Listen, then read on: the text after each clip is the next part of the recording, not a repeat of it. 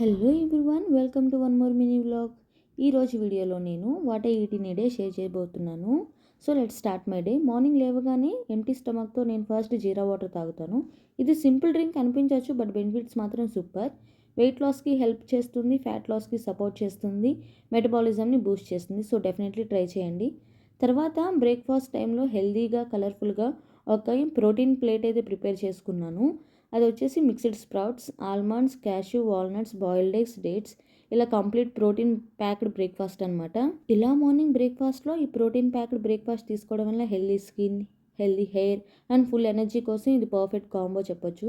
ఆఫ్టర్నూన్కి నేను light meals తీసుకున్నాను. Home made chicken curry with bagara rice and curd.